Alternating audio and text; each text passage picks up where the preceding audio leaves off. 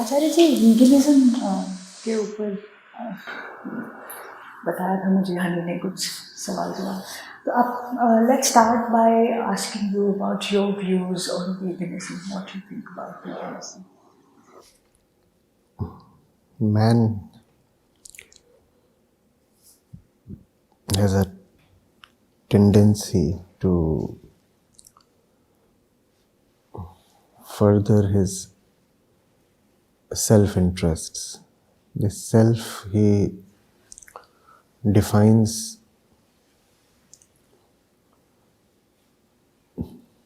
usually quite narrowly.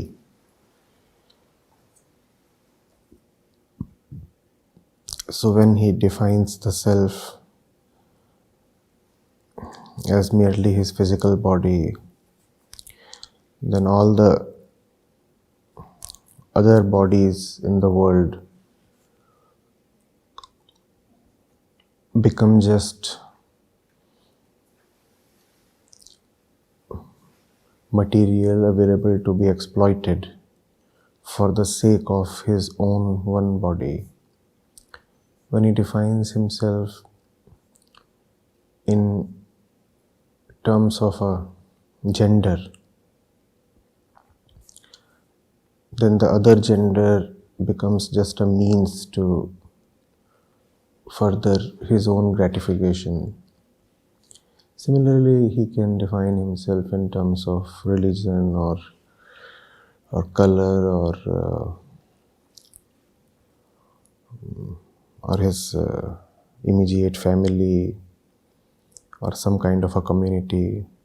And whenever there is this division, there is conveniently created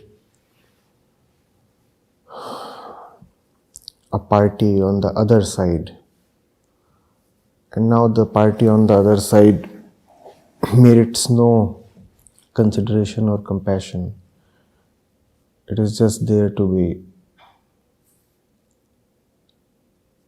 utilized, exploited. Similarly, you would have guessed it, we are talking of veganism. Man looks at other species as well. So, there's Homo sapiens and then there are all the other species. And man's ego's worldview is that all these other species exist just for the sake of man. And then we exploit them and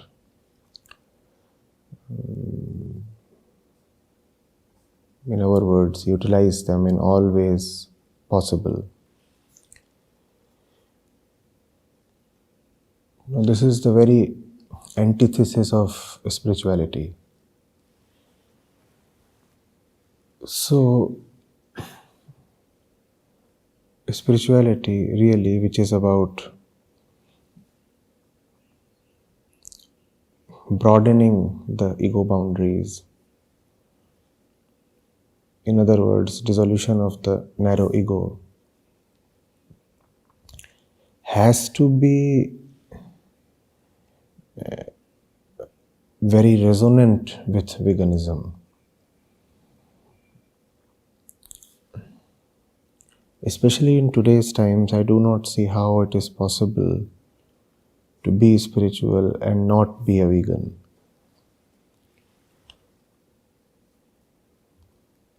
Reason being, there has never been such biodiversity loss and extinction of species as is happening today.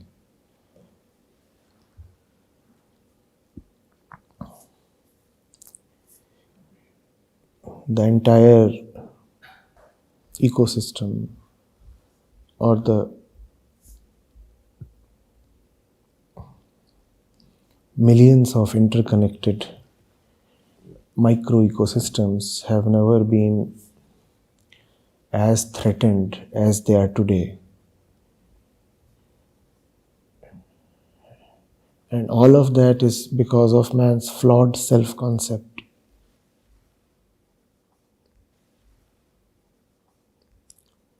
So these two are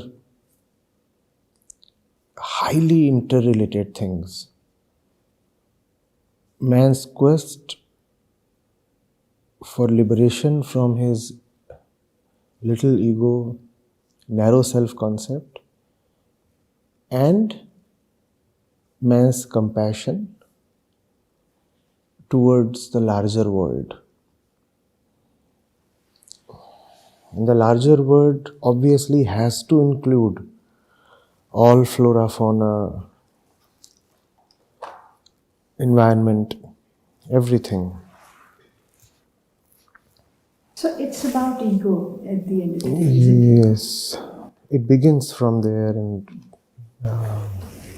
But in the Indian context, we are like, from the time in Indian families, a child is born, child is fed milk. There's a huge ceremony in which the first thing that is fed is kheer, and that kheer is also made of milk. So, I mean, in the Indian context, where we have always spoken about compassion to animals and taking care of cows and everything, how does this fit in our context? you see, cultural and social practices are time dependent. So when we talk of India and specifically the Hindu community's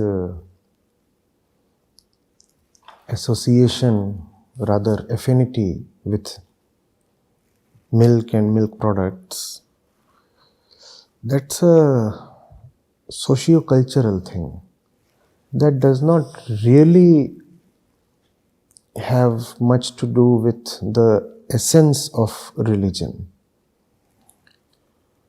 So, India being an agrarian economy, throughout her history, and even today, 2/3 of our population is involved in agriculture. The role of the cow, the role of oxen was important.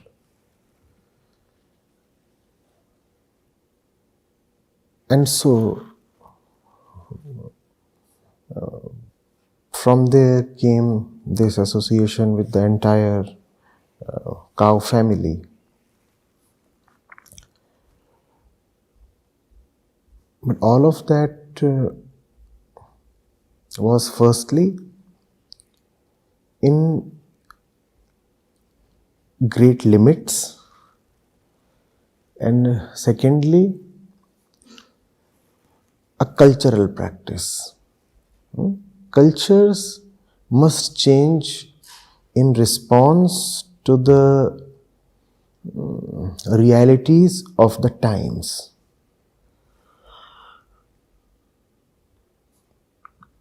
The essence of religion cannot change. Culture has to adjust itself as per the prevailing conditions. So, sorry, I'm interrupting, but when you say the essence of religion must not change, what is this essence you're referring to? How will you define it? That which we talked of in the previous question. That man lives as per his ego, and the narrower is the ego boundary, the greater is man's own suffering. So this is the simple essence of all religion. The more you live by your petty self-concept, the more you will suffer. Therefore, all religion truly is about liberation from the ego, nothing else. You see, when people talk of Sri Krishna, they often invoke the fact that he came from a family of cowherds. Yeah. And he There's used a to, whole mythological story related, associated. yes, Stories, great and stories. that he had great love for milk and butter and these things. The essence of Krishna does not lie in his fondness towards milk. The essence of Krishna lies in Srimad Bhagavad Gita. And there is not a single verse in Srimad Bhagavad Gita that speaks highly of milk or recommends milk consumption. So, this is something that we have to ask ourselves. What do we want to see as the essence of Krishna, the timeless, immortal essence of Krishna? The fact that he would consume milk, ghee, butter, or the fact that he very lucidly explains over 18 chapters what it means to live, what it means to work, and what it means to fight through the battle of life. Unfortunately, Gita is not only a little hard to decode for most people, but also living by the Gita requires a certain honesty, a certain discipline, a certain sacrifice. So most people would rather live by the mythology and the folklore associated with Sri Krishna rather than his essence. So that's what I ask people. I mean, what does Krishna mean to you? Milk and butter or Nishkam Karma? Milk and butter are time dependent things. Being born in the place he was born, being raised in the village and the environment he had, obviously he would be attracted towards milk and butter. But that's a peripheral part of the life story of that particular reincarnation. That we cannot call as the essence or Krishnatva. Some other reincarnation of the same truth, born elsewhere, would not have that kind of affinity for milk and butter. Similarly, people point out to the fact that Christ is known to have consumed flesh. But then look at his times. There are so many things in the religious domain that are absolutely time dependent. They must not be conflated with eternal principles. What one eats depends on his time and age, his social conditions, and such things. It's almost like one's language, you see. Even if an avatar were to be reincarnated today, would he speak the language of yesteryear's Krishna? He won't talk in Sanskrit, right? So these things are just dependent on time. And if one is really respectful of the timeless essence of religion, then one would not stick too much to all these things that come and go and must be clearly considered as time bound, time dependent, peripheral, and therefore be available to be rejected when their time is gone. And what about the nutritional aspect? like they say that it's rich in calcium and it's rich in protein, and so it's a must for children and women of certain age. But most poor people generally depend on milk and curd for their minimal protein requirement. See, this too is a misconception. And one does not quite need spirituality to refute this. So, if you look at the weight of nutrients obtained per rupee spent, then the nutrients that one can obtain from flesh or milk products per rupee spent is either comparable to or many a times even lower than the weight of ingredients one can obtain from purely vegan products. So it is a myth that veganism can be afforded only by the relatively resourceful.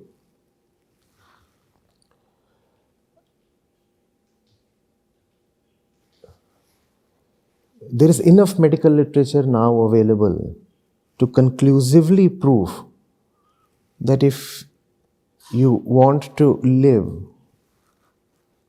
a compassionate vegan lifestyle, it is not only not expensive, it may actually turn out to be economically more feasible than an animal or animal product milk based diet.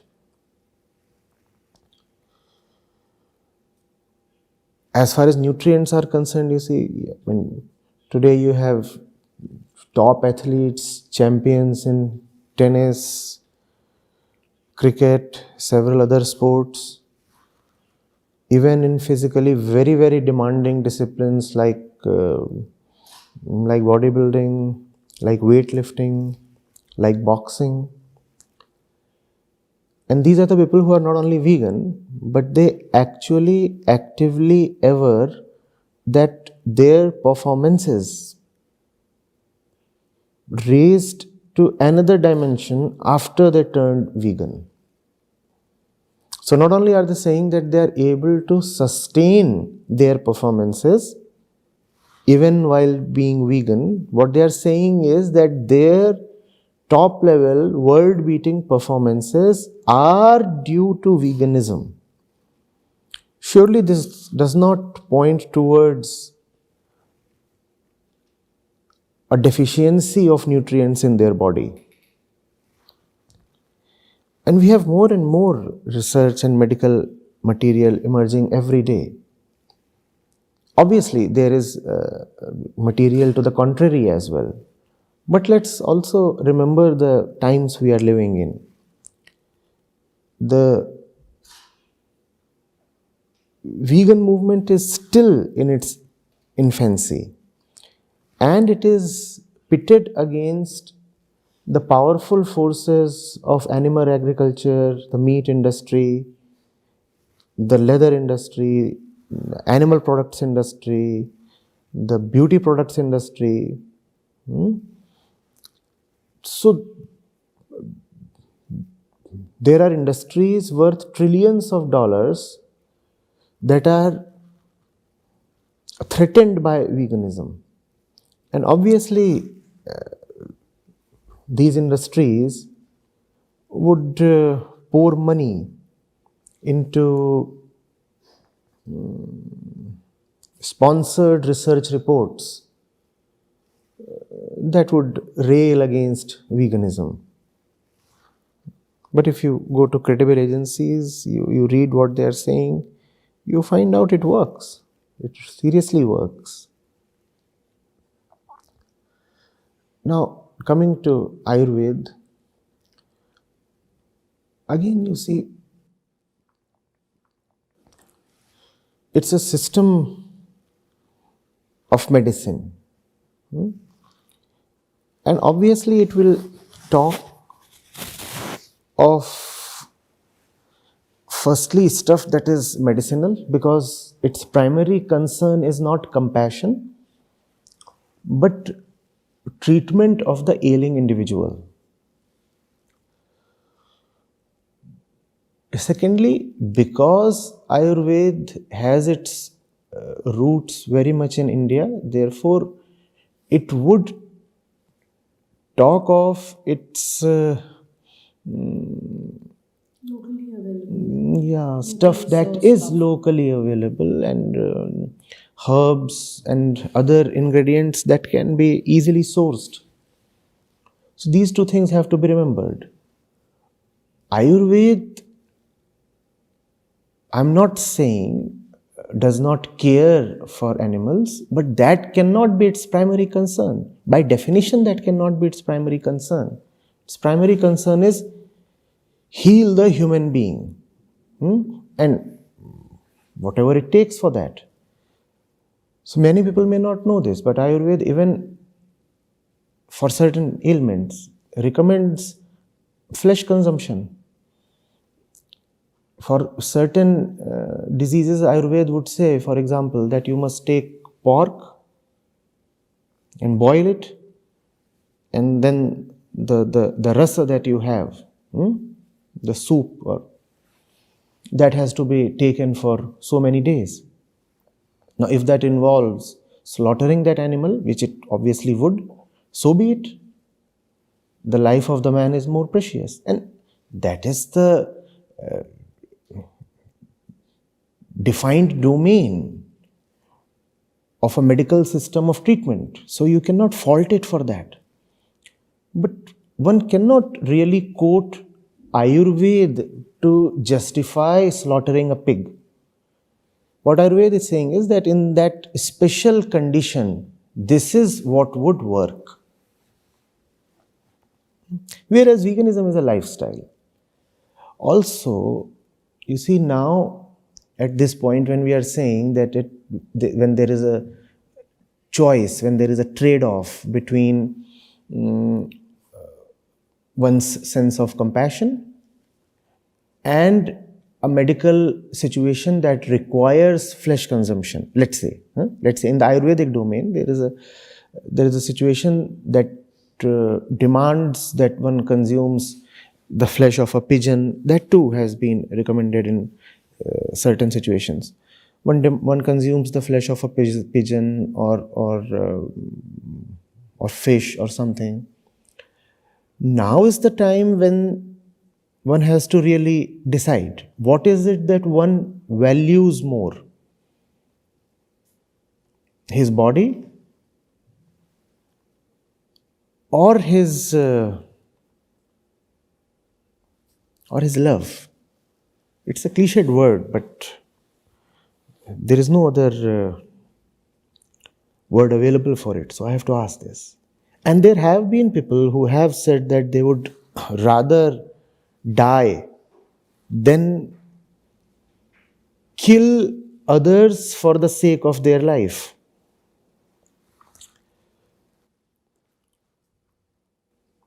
But then this is not something that can be institutionalized. This has to be an individual call, and the individual has to decide as per his level of spiritual advancement and as per the depth of his heart. Someone may say, fine, my life is quite important, and if to sustain my life, a few animals are to be slaughtered every day, fine. Somebody might even go to the extent of saying, my life is so important that to sustain my life, if a few human beings are to be slaughtered every day, fine. We have had such examples in history. There have been myths prevailing at certain periods of time in certain places where it was thought that man's flesh or the fresh blood of a young man's heart is very useful in curing old age related diseases. So there have been kings who would get young people slaughtered and have fresh blood from their heart and use them. Obviously, that had no a scientific basis. But let's say even if there is actually a factual and scientific basis, and that says that you must have cod liver oil, Would you go to that extent? do you really want to take that? And that's a highly personal call. Because it is not really necessary to just add a few more years to one's life at the cost of bringing suffering to other people, other species, other people, and any living form, or even at the cost of destroying rivers and mountains and jungles. But then, as I said, that cannot be mandated or institutionalized. That is something that one has to decide for himself. Having said that, I do not want it to mean that veganism implies a reduction in one's lifespan or a compromise on one's health. On the other hand, even if one is not driven by compassion, there are strongly medical reasons and purely medical reasons that should be compelling enough to guide one towards veganism. Also, what is forgotten when we talk of milk and curd is the relation between the milk products industry and the meat industry. There is a very strong relation, but people conveniently try to forget it or ignore it. A religious Hindu or a pious Jain would say, but I take only milk and curd. I do not take meat. And then he would absolve himself of any kind of guilt of animal slaughter. He would say, no. I worship the cow and all I draw from her is the milk. I do not take her flesh, obviously. That's sacrilege. What they forget is that India is not for nothing the biggest beef exporter of the world, or the second largest beef exporter probably. Where is all that beef coming from? So, why don't we clearly see that the same cow that is used, or buffalo, because most of the beef that is exported is buffalo meat, that the same cow or buffalo that is today used to extract milk from her is tomorrow slaughtered for the sake of flesh. You see, after all, if you are looking at the cow or the buffalo as an economic asset, why won't you want to draw and extract value from that economic asset right till the last rupee? So, when the animal is in the reproductive age, you draw value from her through her milk. And needless to say, the process of having her deliver milk is a highly cruel process which involves forced insemination and all other kinds of cruelties which are not visible to the final consumer of the milk, so he gladly consumes it. So, when she can give milk, we take milk from her. We don't take milk from her, we extract milk from her. And when she cannot give milk, and even after that, at least 5 to 7 years of her age still remain, what do you do with her? You cannot... You're on the roads. But then you cannot... That's what most people do. That's what some people do, you know. Most of those cattle are not found on roads. The number of cows that are, or buffaloes, that are used to give us dairy is extremely, extremely large. What we find roaming on the roads is probably not even 10 to 20% of them. A small fraction. Very small fraction. Where have the rest of them gone? They have all gone to the slaughterhouses. Because to keep such a large animal alive requires economic resources. Why would the farmer keep putting in money to bring fodder and protection to a buffalo that can no more give milk? And if the farmer has been trained to look at the animal only as an economic asset, then it makes quick and immediate economic sense to just sell off the buffalo to the slaughterhouse. And that is what is happening. So, the one who is consuming milk is actually very much guilty of getting the animal slaughtered as well. The milk industry and the meat industry are hand in glove. Yeah, they are in tandem. And one really cannot be without the other. That is the case in India, and that is also the case worldwide. So, once that correlation becomes clear to people, once people are in knowledge of facts, then it would be far easier for them to take decisions. So, what would you suggest can help to wean away people from dairy and milk products? Sheer facts. You see, there could be someone who is driven by spiritual compassion, but I do not expect the number of such people to be very large. 90 to 95% people who would quit flesh and other animal products like milk and leather would be driven by their simple personal sense of pity.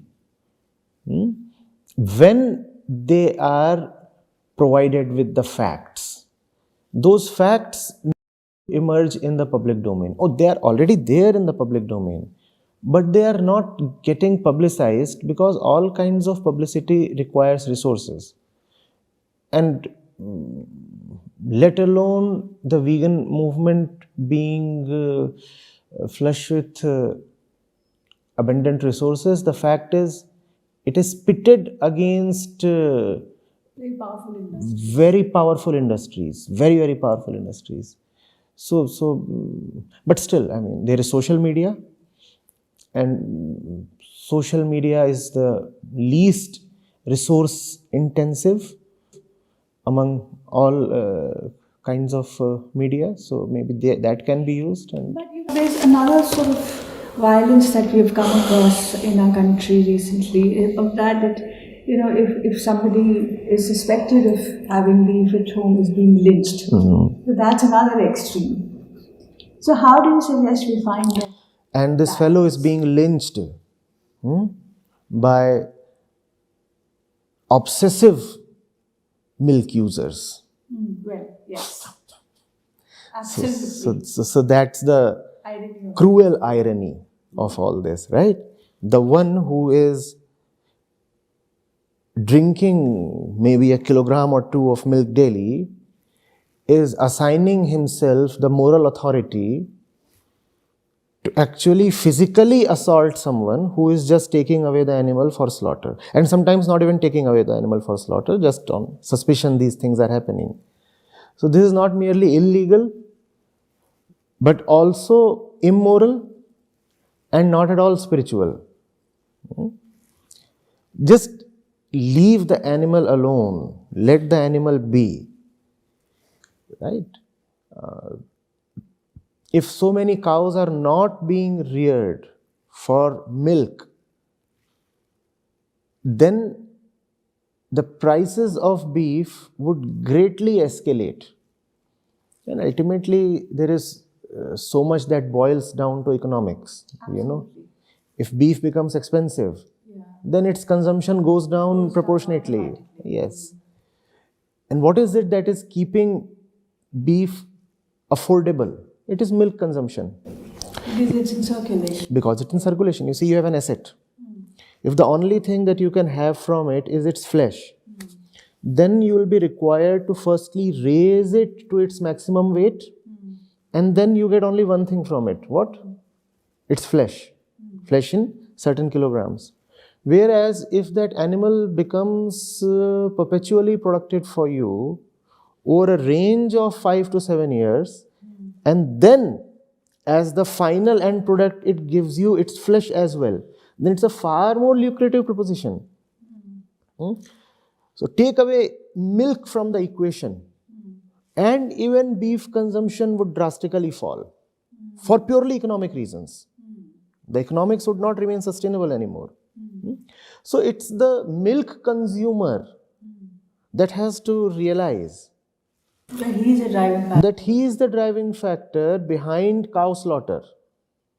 On the contrary, the milk consumer loves to take a morally high position and wants to command terms to others. The best way to love the cow is to stop drinking her milk. And to stop. That will be a very selfless kind of love. Yes. Not expecting anything from the animal, Yes, and yes, definitely not looking at it as a resource to be exploited. or economic Yes, yes, yes, yes. And is that not the only kind of love that needs to be exercised, not only in context of an animal but also in context of another human being? If you love somebody, be it a cow or a human being, why chain her and why keep milking her? Why not set her free? Or take care of it without really. Or take care of it, yes. And take care of it not only because it is the holy mother cow, but because it is a sentient being like any other animal. If one is really compassionate, then the cow and the goat and the chicken would all be the same.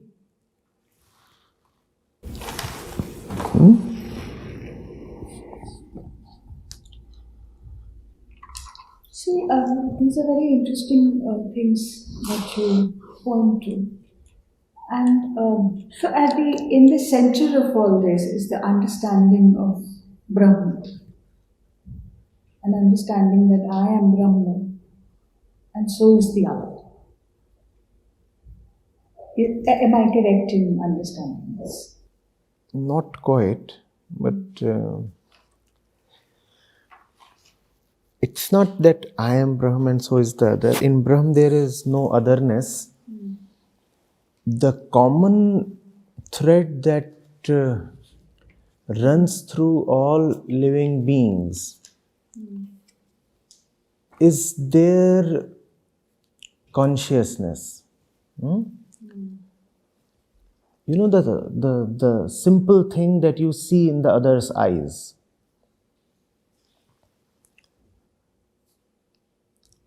You look at an animal, and if you can really be with that animal for a while, and if you have some sensitivity, it will be impossible for you to miss that that animal is so much like you.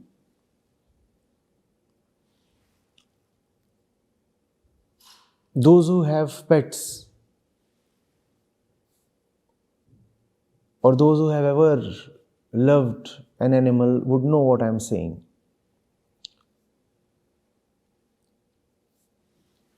Nearness with any life form would very quickly bring you to the realization that that life form has something very fundamental in common with you.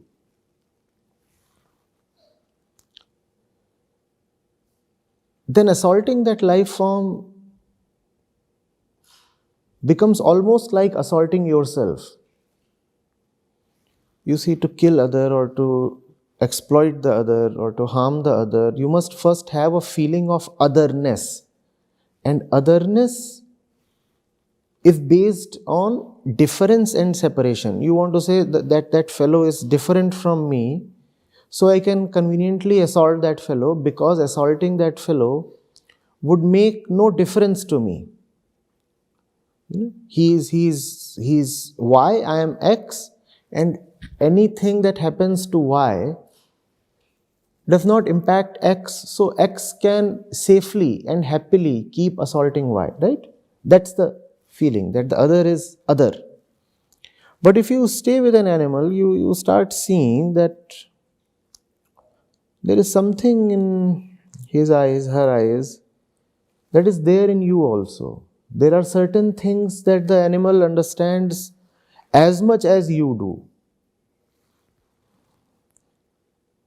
Same with even a tree.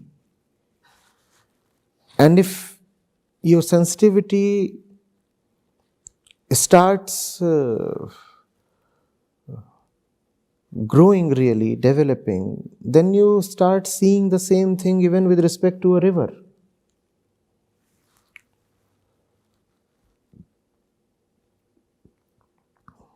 The animal wants much the same thing as a human being does: relaxation,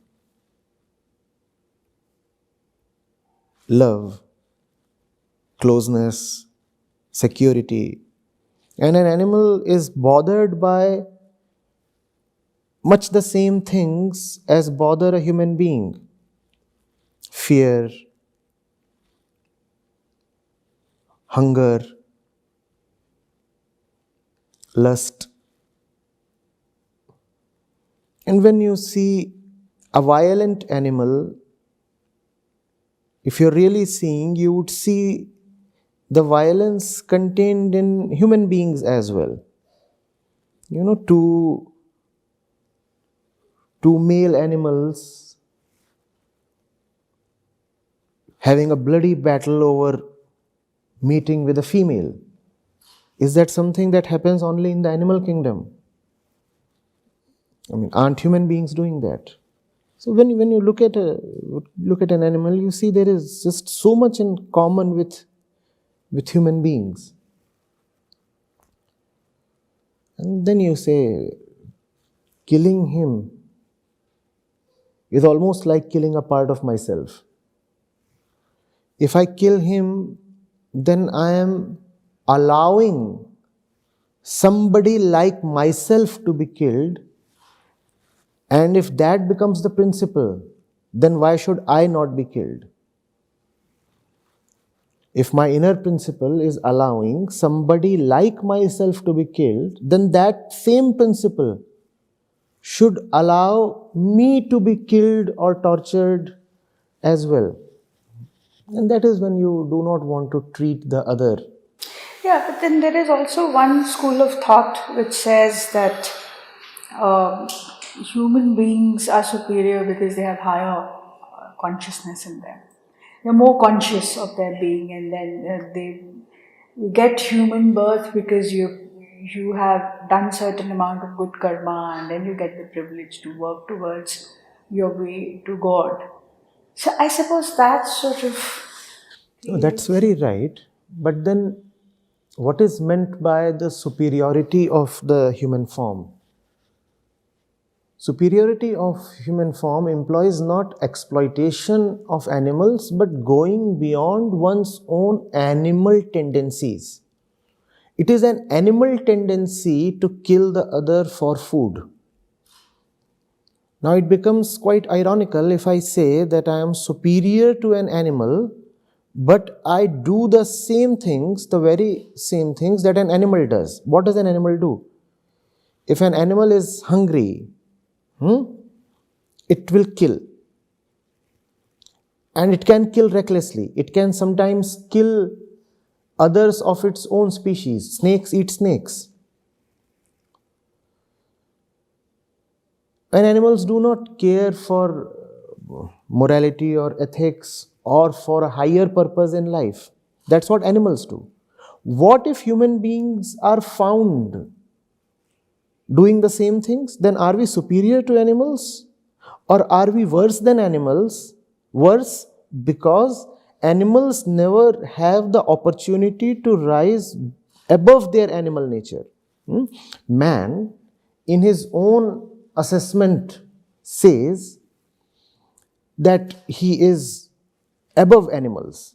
So he had the potential to live in a way that is superior to the animal way of life. But that's not what we find with most people. Most people are living just as animals, maybe as intellectual animals, maybe as animals who have an added weapon called the intellect, but their primary tendencies remain very much animalistic.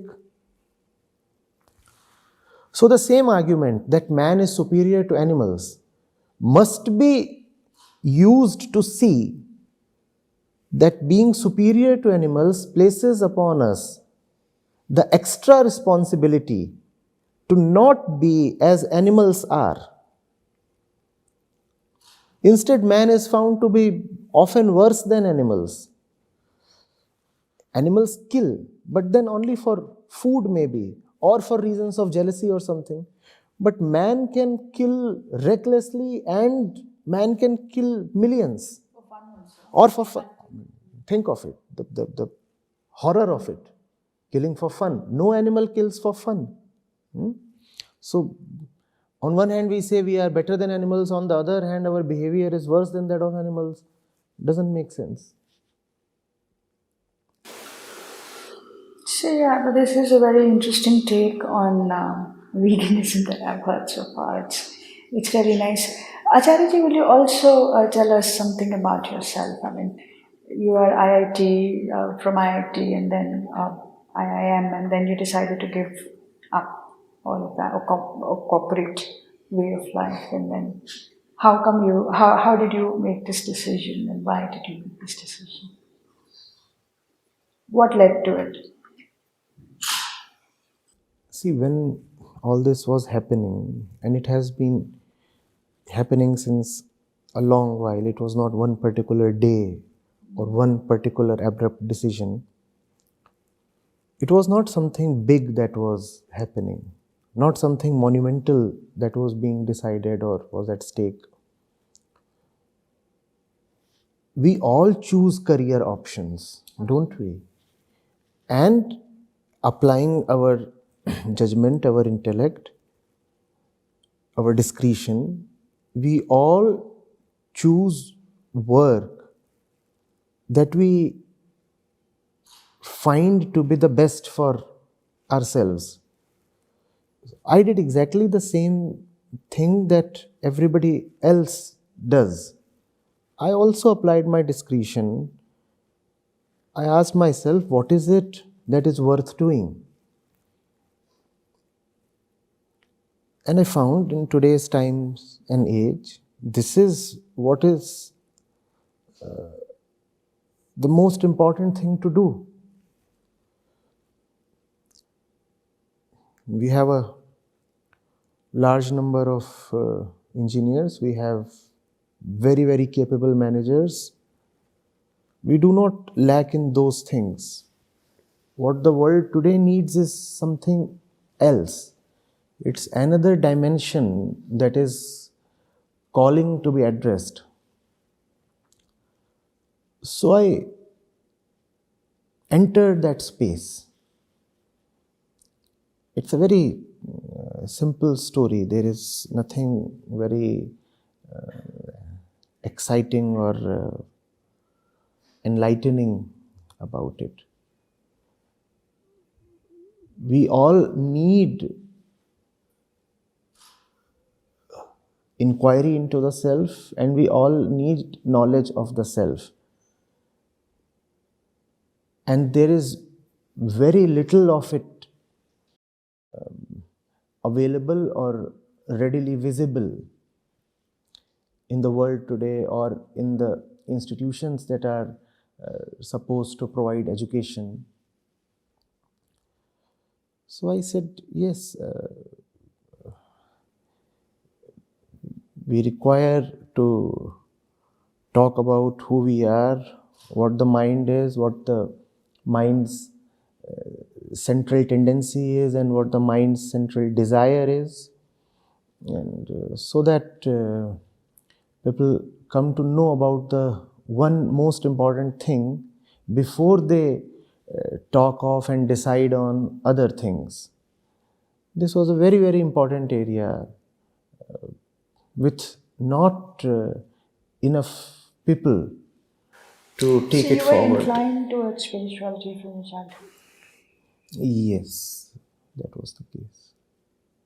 But then it's not that I was inclined only towards spirituality. I had interest in mathematics, I had interest in humanities, history, social sciences, science. I was interested in kind of pretty much everything. But then spirituality is the bedrock of all human knowledge, all human existence. So this is the core discipline, this is the mother discipline, which unfortunately is not getting the attention it deserves. And because it is not getting the attention it deserves, the world is in a very bad shape. I wouldn't say so. In India, we have so many gurus, so many ashrams. What is lacking still in this sphere, particularly in a country like ours? You see, if you want to assess the quality of a nation's health, physical health, it does not suffice to merely talk of the number of available hospitals and the number of beds and such things. You would go to the common man and look at his situation. Similarly, if I have to look at the, loosely speaking, spiritual quotient of a country, of a mass of people, I would go to the ordinary folk and look at their lives. And when I look at the common man and his life, there is very little depth that is evident. And I'm not blaming him, please. I'm not at all making an allegation. In fact, this is what makes me sympathetic towards that person, especially young people, because they have not been given those opportunities. They have not been provided those inputs in their education system. And today, especially if we talk of the English speaking, the Anglophone population, the young people that are coming through from the liberal education system, there is really, unfortunately, very little understanding of the self that they have. And the results of it are catastrophic and very evident. These are not false warnings. Things are happening. The extent of mental disease today is almost epidemic. So, what kind of education would you suggest for them? Like education in the scriptures, in the rituals, in what aspect? Certainly not in rituals. It has to be a very rigorous system of knowledge. So, all aspects of our inner life have to be addressed. First of all, when somebody says, I think this way, or I feel this way, or this is what I want, it requires to be patiently told to that person, to that young person, the student, that she must turn inwards and ask where is the thought or the feeling or the desire coming from. Because once this personal desire starts having a sanctity in one's life, then there is no end to the kind of deprivation one can sink into. And that's what is happening all around us, no? We say we are free people, so we are free to do as we please. We are driven by our desires, we are driven by our opinions. And we never pause to question where the opinion is really coming from. We have taken our conditioning as our liberation. And it happens very, very instinctively. When all this kind of inner indoctrination is happening, then nobody is really conscious of it. And therefore, the student has to be prepared for almost a period of 5 to 10 years to be internally alight and be capable of addressing her inner mechanisms.